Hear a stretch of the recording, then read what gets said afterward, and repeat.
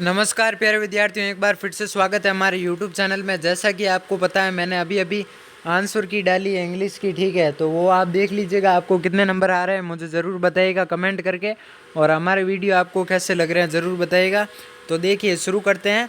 आपके जो होने वाला है कक्षा 8वीं वालों, तो आपके हिंदी का पेपर होने वाला है 21 तारीख को। उसका मैं आपको पूरा का पूरा रियल पेपर लेकर आ चुका हूँ। जी हाँ प्यारे विद्यार्थियों, मैं आपको 1 से लगाकर 25 तक पूरे के पूरे पर्सन बताने वाला हूँ इस वीडियो में। आपका पेपर बिल्कुल सेम टू सेम रहेगा। आपको विश्वास नहीं हो रहा है तो मैं आपको इंग्लिश का पेपर बता देता हूँ। तो यहाँ पर आप देख लीजिए, मैंने आपको पहले भी इंग्लिश का पेपर बताया था, असली पेपर बताया था, वही आपके एग्ज़ाम में है। यहाँ पर आप देख सकते हैं पूरा का पूरा पेपर जो मैंने आपको बताया था वीडियो में, वही सेम टू सेम आया। यहाँ पर आप देख सकते हैं।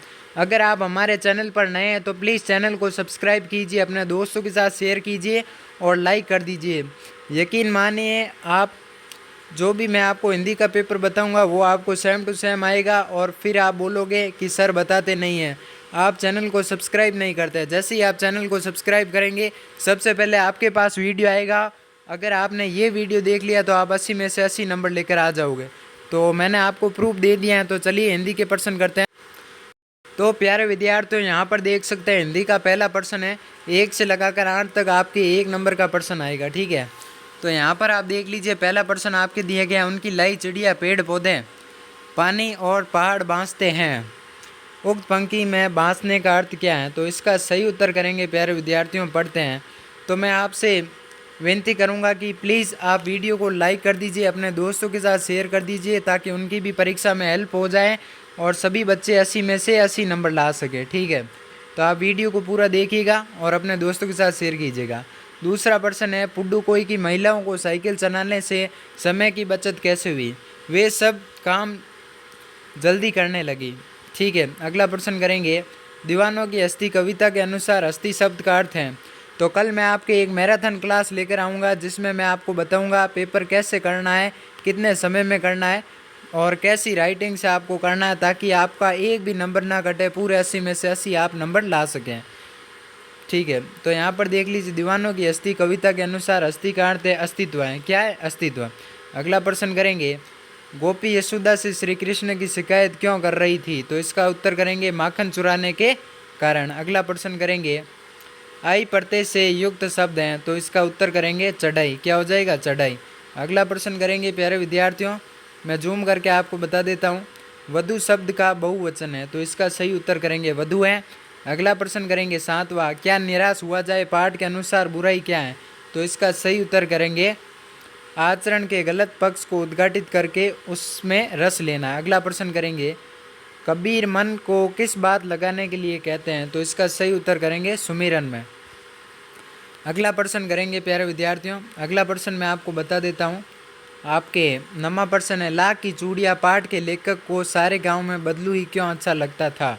तो इसका उत्तर करेंगे क्योंकि वह सबसे सुंदर लाख से बने हुए कंचे व खाने पीने की चीज़ें देता था। अगला प्रश्न करेंगे, तो प्लीज़ चैनल को सब्सक्राइब कर दीजिए, लाइक कर दीजिए, अपने दोस्तों के साथ शेयर कर दीजिए। अगला प्रश्न करेंगे, मैं आपके लिए इतनी मेहनत कर रहा हूँ फिर भी आप लाइक नहीं कर रहे। लाइक के कोई पैसे नहीं लगते हैं, तो आप लाइक कर दीजिए। मुझे यहाँ पर दिखाई दे रहा है किसी ने लाइक नहीं किया है। आप टेंशन फ्री रहिए, अगर ये आपने वीडियो देख लिया तो आप पूरे में से पूरे नंबर लाएंगे। तो ध्यान से देखिएगा अंत तक। देखिए, लाला जाऊलाल की पत्नी द्वारा अपने भाई से रुपए मांगने पर लाला जाऊलाल क्यों तिल मिलाए? तो इसका उत्तर करेंगे, उन्हें बस इस बात की शर्म आई कि मेरे पास 250 रुपये हैं, नहीं होने के कारण मेरी पत्नी को अपने भाई से पैसे लेने पड़े। अगला प्रश्न करेंगे 11वां, कबीर के अनुसार एक गाली उलटकर अनेक गाली कैसे हो जाती हैं? तो इसका सही उत्तर करेंगे, कबीरदास जी ने बताया कि कोई हमें गाली दे तो इसे वापस गाली नहीं देनी है, जिससे एक ही रहेगी। अगला प्रश्न करेंगे, दीवानों की हस्ती कविता के अनुसार आज़ादी के दीवाने जगह जगह क्यों जा रहे थे? तो इसका उत्तर करेंगे प्रेम व भाईचारे का संदेश देने के लिए। ये आपके 2 नंबर का प्रश्न आएगा प्यारे विद्यार्थियों। 13 प्रश्न है प्यारे विद्यार्थियों, ध्यान से देखिएगा। पर उपसर्ग लगाकर 2 शब्द बनाइए। तो इसका आप करेंगे प्रदेश और दूसरा करेंगे परधर्म, ठीक है। अगला प्रश्न है, समानार्थी शब्द यानी पर्यायवाची शब्द। घोड़े का आप लिखेंगे अश्व, तुरंग, और यहाँ पर दिया गया है कमल का आप करेंगे जलज पंकज, ये आपके 2 नंबर का प्रश्न रहेगा। ठीक है, अगला प्रश्न करेंगे। अगला प्रश्न यहाँ पर दिया गया है 15वां। ओस की बूंद ने शहर में जाकर इस प्रकार अपने दुर्भाग्य को न्योता दे दिया। अगर आप चैनल को सब्सक्राइब नहीं करेंगे तो आपको पेपर नहीं मिल पाएगा और मैं आप पूरा वीडियो अपलोड नहीं करूँगा। तो अभी भी चैनल को सब्सक्राइब कर दीजिए, आपके पास वक्त है, और अपने दोस्तों के साथ शेयर कर दीजिए। मैं आपके लिए कितनी मेहनत कर रहा हूँ फिर भी आप लाइक नहीं करते हैं। ओस की बूंद का महसूस हुआ कि वह स्वतंत्र रूप से विचरण कर रही थी प्रकृति में, लेकिन बाद में पेड़ व लेखक के हाथ के माध्यम से वह शहर में पहुंच रही है तो अच्छा नहीं लगा। ठीक है, अगला प्रश्न करेंगे। अगला प्रश्न दिया गया, लेकिन अभी भी आशा की ज्योत बुझी नहीं है, क्या निराश हुआ जाए? पाठ के आधार पर उक्त कथन के पक्ष में तर्क दीजिए। तो यहाँ पर आप देख सकते हैं मैंने आपके लिए मैंने पूरा सॉल्यूशन किया है, पूरे के पूरे उत्तर मैंने हाथ से लिखे हैं आपके लिए। जी हाँ प्यारे विद्यार्थियों, 1 से लगाकर 25 तक। तो देखिए ये इसका उत्तर है, आप स्क्रीनशॉट ले लीजिएगा। आपका समय कीमती है और आपको याद भी करने हैं, इसलिए मैं वीडियो को ज़्यादा न लंबा बनाते हुए आपके लिए शॉर्ट में बता रहा हूँ। तो 17वां प्रश्न यहाँ पर आप करेंगे, सप्रसंग व्याख्या कीजिए। तो यहाँ पर इसमें आपको व्याख्या करनी है। ठीक है, तो यहाँ पर इसकी व्याख्या कर देते हैं। उपयुक्त पद्यांश हमारी पाठ्य पुस्तक के पाठ के दीवानों की हस्ती से लिया गया है, जिसके लेखक भगवती चारण वम हैं। उन्होंने बताया है कि हमने दुनिया में आकर इधर उधर की बातें, कभी खुशी में हंसे तो कभी गम में रोए। इस प्रकार से यहाँ पर आप उत्तर लिख देंगे। पूरा का पूरा ओरिजिनल पेपर रहने वाला है, पूरा का पूरा असली पेपर रहने वाला है। जी हाँ प्यारे विद्यार्थियों, तो देखिए 18 प्रश्न है, कमर कसने का अर्थ होता है तैयार होना। अगला प्रश्न करेंगे।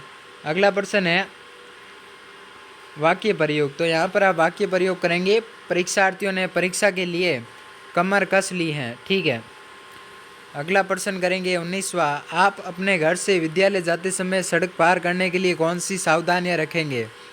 तो यहाँ पर देखिए हमेशा सड़क के बाईं ओर चलना चाहिए, दाएं बाएं देखकर सड़क पार करनी चाहिए, यातायात चिन्हों का पालन करना चाहिए, जेब्रा क्रॉसिंग की सड़क पार करनी चाहिए। तो इस प्रकार से यहाँ पर आप इसका उत्तर कर देंगे। बाकी अगला प्रश्न है 20वां, शरीर को स्वस्थ रखने के उपाय बताइए। नियमित व्यायाम करना, संतुलित भोजन करना, रात में अच्छी नींद ले, पर्याप्त मात्रा में पानी पिए।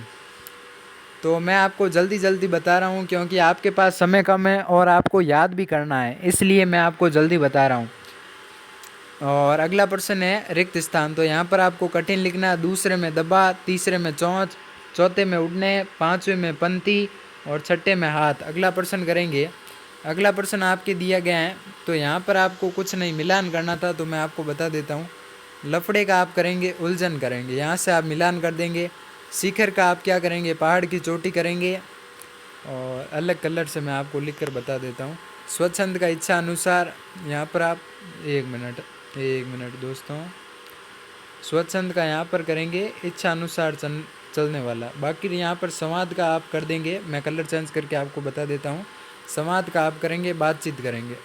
इस प्रकार से यहाँ पर आपको मिलान करना। मुस्तैद का मतलब तैयार। ठीक है, बाकी यहाँ पर आपके है सिलसिला यानी कड़ी क्रम। इस प्रकार से यहाँ पर आपको मिलान करना है और आप वीडियो रोक कर भी देख लीजिएगा।